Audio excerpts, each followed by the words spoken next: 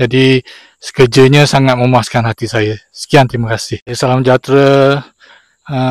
Saya tuan punya kebun sawit di sini ingin mengucapkan ribuan terima kasih kepada Fina Jaya Enterprise yang telah berjaya memasang pagar seluas 5 ekar ni, dan dari segi penglihatan saya, kerja-kerja dari Fina Jaya Enterprise sangat memuaskan dan cukup